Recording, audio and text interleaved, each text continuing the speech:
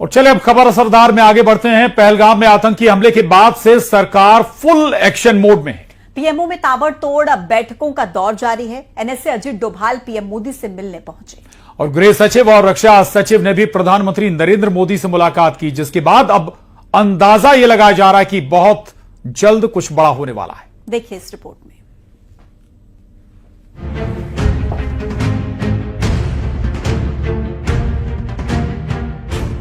पहलगाम हिंदू नरसंहार के बाद डर के साए में जी रहे पाकिस्तान के लिए तस्वीरें और भी डरावनी हो सकती हैं।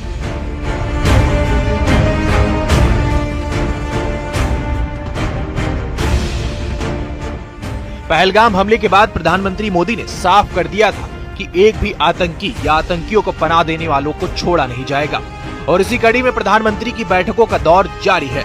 22 अप्रैल को पहलगाम हिंदू नरसंहार के बाद अपना सऊदी दौरा रद्द कर प्रधानमंत्री भारत वापस आए और आतंक के खिलाफ अपनी रणनीति तैयार करनी शुरू कर दी, जिसके बाद 23 अप्रैल को सीसीएस की पहली बैठक, फिर 28 अप्रैल को रक्षा मंत्री राजनाथ सिंह के साथ बैठक, अगले दिन 29 अप्रैल को रक्षा मंत्री, एनएसए, सीएसटी और तीनों सेना प्रमुखों के साथ बैठक, 30 अप्रैल को विदेश मंत्री, एनएसए और थल सेना प्रमुख के साथ बैठक, उसके तुरंत बाद सीसीएस की दूसरी बैठक, सीसीपीए की बैठक, सीसीईए की बैठक, फिर 3 मई को नेवी चीफ के साथ बैठक, 4 मई को एयर चीफ मार्शल के साथ बैठक और 5 मई को रक्षा सचिव राजेश कुमार सिंह के साथ अहम बैठक की।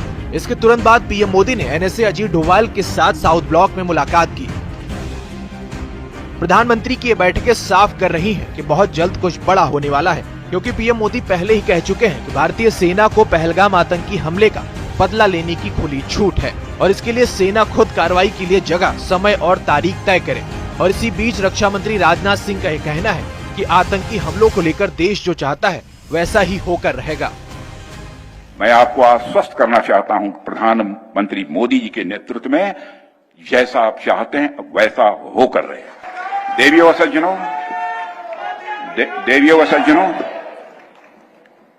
जैसे हम सभी राष्ट्र के शरीर की रक्षा करते हैं, ठीक उसी प्रकार महाराज जी जैसे संत और अन्य संत भी जो हमारे बैठे हैं, वह राष्ट्र की आत्मा की रक्षा करते हैं।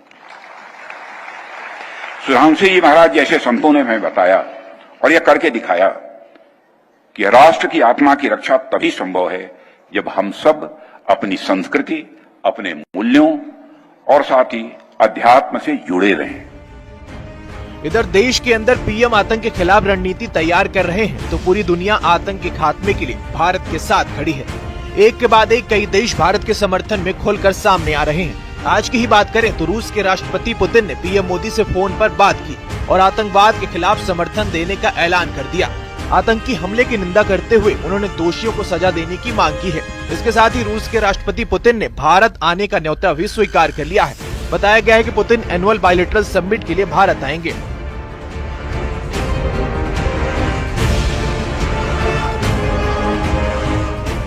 आतंक के खिलाफ देश में तैयारियां जोरों पर हैं। दुनिया के तमाम देश भारत के साथ खड़े हैं और इसी बीच गृह मंत्रालय ने कुछ राज्यों को तैयार रहने के निर्देश दे दिए हैं। एमएचए ने 7 मई को मॉक ड्रिल करने के निर्देश दिए हैं। हवाई हमले की चेतावनी देने वाले सायरन की ड्रिल भी की जाएगी, जिसमें हमले के समय अपनी सुरक्षा का अभ्यास होगा और इस अभ्यास में आम नागरिकों के साथ छात्र भी शामिल होंगे। एक के बाद एक कड़ी बैठकें, हर दिन आतंकिस्तान यानी आतंक और पाकिस्तान के खिलाफ चौतरफा कार्रवाई का मंथन, 2 बार सीसीएस की बैठक, गृह मंत्री, रक्षा मंत्री, विदेश मंत्री, एनएसए और सीडीएस के साथ कई दौर की मीटिंग, यहाँ तक कि सेना के तीनों अंगों के प्रमुखों से अलग अलग मुलाकात, जिसके बाद इस बात का अंदाजा लगाना मुश्किल नहीं कि बहुत जल्द आतंकिस्तान और पाकिस्तान के खिलाफ कुछ बड़ा होने वाला है। Bureau report, news 18।